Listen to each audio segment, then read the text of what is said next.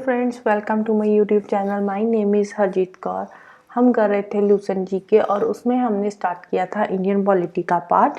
और आज हम करेंगे Cripps mission, cabinet mission plan, the Mountbatten plan, Indian independent act 1947। ये 4 चीज़ें करेंगे। छोटा छोटा सा है, कुछ ज़्यादा नहीं है इसमें, तो फटाफट से हो जाएगा।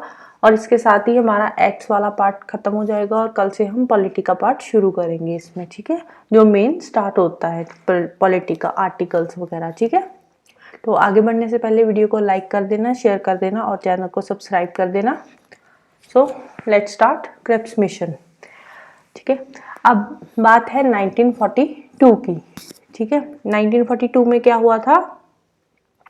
वर्ल्ड वॉर चल रही थी, सेकेंड वर्ल्ड वॉर। कब स्टार्ट हुई थी सेकेंड वर्ल्ड वॉर? 1939 में, ठीक है। तो 1942 में अभी वर्ल्ड वॉर चल रही है, 1942 की बात कर रही हूँ मैं, ठीक है। तो अब उस टाइम पे क्या हुआ था, जो ब्रिटिशर्स थे उन्होंने इंडियंस को प्रपोजल दिया था एक, ठीक है। और वो प्रपोजल क्या था वो हम देखते हैं, ठीक है। ये प्रपोजल एक दिया था 1942 में ब्रिटिशर्स ने इंडियंस को, ठीक है। और उसका नाम क्या था? जो प्रपोजल लेकर आया था उसका नाम था सर स्टैफर्ड क्रिप्स, ठीक है। इसके नाम से ही इसका नाम पड़ा था क्रिप्स मिशन, ठीक है। तो ये कंप्लीट एक फेलियर था, मतलब एक्सेप्ट ही नहीं किया इंडियंस ने इसको कभी, ठीक है। बट चलो, बुक में था तो मैंने आपके साथ डिस्कस कर लिया, बट इतना इम्पोर्टेंट नहीं है, ठीक है। हाँ, हिस्ट्री के पर्सपेक्टिव से थोड़ा सा इम्पोर्टेंट है, तो हिस्ट्री जो इसकी रही है वो हम हिस्ट्री के पार्ट में पढ़ेंगे, ठीक है। और पॉलिटी के पर्सपेक्टिव से जो चीज़ें थोड़ी सी इम्पोर्टेंट है वो हम यहाँ पे देखते हैं, ठीक है। और इस प्रपोजल में ब्रिटिशर्स ने इंडियंस को क्या प्रपोजल दिया था वो हम देखते हैं। अब ब्रिटिशर्स ने बोला था कि आफ्टर द वॉर, ठीक है, ये जो भी प्रपोजल्स दिए थे ब्रिटिशर्स ने इंडियंस को, ये सारे के सारे आफ्टर द वॉर थे, ठीक है। कि जब वॉर खत्म हो जाएगी उसके बाद इंडियंस के लिए एक क्या करेंगे, इलेक्टेड कॉन्स्टिट्यूंट असेंबली बनाएंगे जिसमें सिर्फ इंडियंस होंगे, ठीक है। वो क्या करेंगे, इंडिया का एक कॉन्स्टिट्यूशन फ्रेम करेंगे, ठीक है। और वॉर के बाद इंडिया को हम डोमिनियन स्टेटस देंगे, ठीक है। अब देखो 1942 में ब्रिटिशर्स डोमिनियन स्टेटस की अभी बात कर रहे हैं, ठीक है। और हमने 1929 में ये बात बोल दी थी कि हमें कंप्लीट इंडिपेंडेंस चाहिए, ठीक है। तो अब कहाँ ही मतलब इसको मानना था इंडियंस ने क्रिप्स मिशन को, ठीक है। तो ये भी एक रीजन था इसका फेल होने का, ठीक है। तो और इन्होंने क्या बोला कि आफ्टर द वॉर जो इंडिया है, ठीक है, इंडिया को एक हम बनाएंगे इंडियन यूनियन, ठीक है, जिसमें सारे के सारे प्रोविंसेस और इंडियन स्टेट्स आ जाएंगे, ठीक है। बट अगर कोई प्रोविंस इंडिया से अलग होना चाहता है तो अपना अलग से कंट्री बना सकता है, अपना एक कॉन्स्टिट्यूशन बना सकता है, ठीक है। तो इसको ना तो मुस्लिम लीग ने एक्सेप्ट किया और ना ही कांग्रेस ने, ठीक है, किसी ने इसको एक्सेप्ट किया ही नहीं। तो ये एक कंप्लीट फेलियर था Cripps mission. Okay fine. Next आया हमारा कैबिनेट मिशन प्लान। अब ये कब आया था? ये आया था 1946 में, ठीक है। वॉर कब हुई थी? 1939 से लेकर 44 तक, ठीक है। मतलब इस टाइम पे वॉर खत्म हो चुकी है, ठीक है। वॉर खत्म हो गई तो उसके बाद अब जब वॉर खत्म हो गई, नो डाउट ब्रिटिशर्स जीत गए थे, बट ब्रिटिशर्स के पास अब कुछ बचा ही नहीं था। फाइनेंशियली बहुत वीक हो चुके थे ब्रिटिशर्स, ठीक है। तो अब उनके पास और कोई चारा ही नहीं था इंडिया को छोड़कर जाने के बिना, ठीक है। अब उनको इंडिया को छोड़ना ही पड़ा, ठीक है, इंडिपेंडेंस देनी पड़ी। अब ये उनकी मजबूरी थी ब्रिटिशर्स की भी, ठीक है, उनके पास कुछ था ही नहीं। तो 1946 में क्या हुआ, एक कैबिनेट मिशन आया। किसने भेजा था? लॉर्ड एटली ने, ठीक है। इसमें 3 मेंबर्स थे। कौन कौन से थे? 3 मेंबर्स थे, Lord Pethick Lawrence, sir Stafford Cripps and mister A V Alexander, ठीक है। ये 3 मेंबर आए थे। तो इसका मेन ऑब्जेक्टिव क्या था कैबिनेट मिशन प्लान का? इंडिया को इंडिपेंडेंस देना, ठीक है। जितनी जल्दी हो सके इंडिया को इंडिपेंडेंस दे दो और एक कॉन्स्टिट्यूंट असेंबली सेटअप कर दो इंडिया के लिए, ठीक है, जहाँ पे वो अपने हिसाब से अपना कॉन्स्टिट्यूशन चलाएंगे, ठीक है। अब देखो, एकदम से अगर ब्रिटिशर्स छोड़ के जा नहीं सकते थे, इतने सालों से वो इंडिया में रह रहे हैं, तो उनको एक मतलब प्रॉपर एक कॉन्स्टिट्यूशन सेटअप करके इंडियंस को देना पड़ेगा ना। तो थोड़े से 2-4 साल तो लग ही जाते इसमें। तो अभी इंडिपेंडेंस वो फिर भी बोल रहे थे कि जितनी जल्दी हो सके इंडिया को इंडिपेंडेंस देनी है। तो उसके लिए इन्होंने एक कॉन्स्टिट्यूएंट असेंबली सेटअप कर दी थी, ठीक है। अब कैबिनेट मिशन में इन्होंने एक सेपरेट कोई भी असेंबली बनाना मुस्लिम के लिए या सेपरेट स्टेट बनाने को इन्होंने आइडिया को इसको रिजेक्ट कर दिया था, ठीक है, कैबिनेट मिशन ने, कि ना तो मुस्लिम के लिए हम अलग से कोई स्टेट बनाएंगे, ना ही कोई असेंबली बनाएंगे, ठीक है। अब कैबिनेट मिशन के अकॉर्डिंग क्या था कि इंडिया सिर्फ एक ही रहेगा, ठीक है, यूनियन ऑफ इंडिया होगा, ठीक है, उसमें ब्रिटिश इंडिया आएगा, उसके सारे स्टेट्स आ जाएंगे, और जो भी फॉरेन अफेयर, डिफेंस, कम्युनिकेशन के सब्जेक्ट्स है उस पर इंडिया की यूरिस्डिक्शन होगी, इंडिया अपने हिसाब से काम करेगा, ठीक है। और जो रेजिडुअरी पावर्स है वो सारी प्रोविंसेस और स्टेट्स के पास चली जाएगी, ठीक है। ये था कैबिनेट मिशन। और इसमें क्या गया था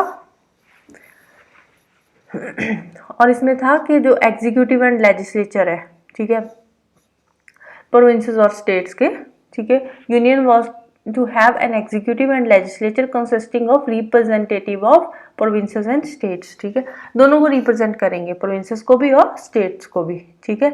अब यूनियन में दो ऑर्गन होंगे, एक एग्जीक्यूटिव होएगा और एक होगा लेजिस्लेचर, ठीक है। अब दोनों ये, इसमें कौन कौन से मेंबर आएंगे, इसमें प्रोविंसेस के भी आएंगे और स्टेट्स के भी आएंगे, ठीक है, दोनों में। अब कोई भी जो मेजर डिसीजन होगा कम्युनल इशू को लेकर, ठीक है, अगर उस पर कोई डिस्कशन करनी है या उस पर कोई डिसीजन लेना है तो वो प्रॉपर मेजॉरिटी से ही होगा, ठीक है।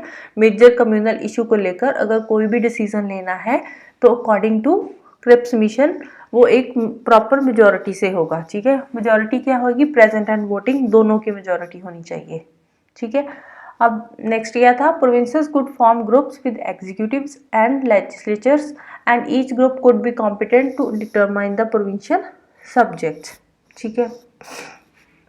अब जो प्रोविंसेस है, ठीक है, वो एग्जीक्यूटिव और लेजिस्लेचर ग्रुप्स बना सकते हैं, ठीक है, और वो अपने अपने प्रोविंशियल सब्जेक्ट को देखेंगे, ठीक है।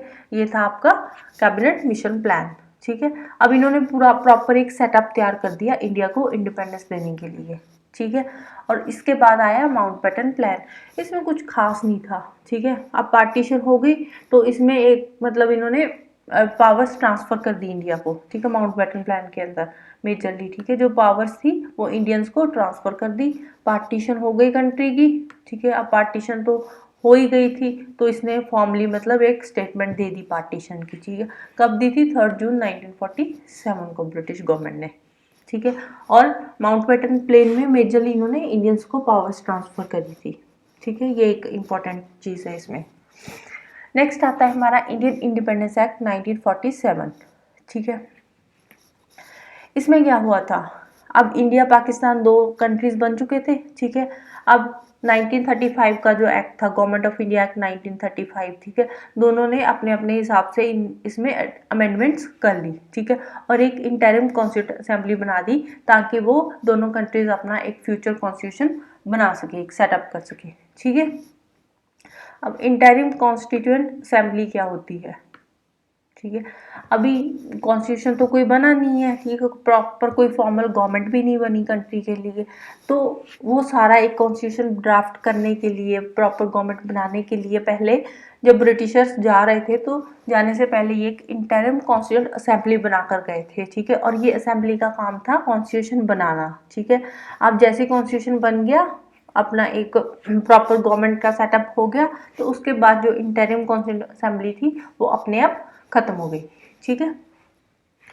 15 अगस्त 1947 के बाद, ठीक है, इंडिया जो था, इंडिया को इंडिपेंडेंस मिल गई, ठीक है। और जो ब्रिटिश क्राउन की जो डिपेंडेंसी थी, जिस पे डिपेंडेंट थी, वो अब खत्म हो चुकी थी, ठीक है। अब इंडिया एक इंडिपेंडेंट स्टेट बन गया था।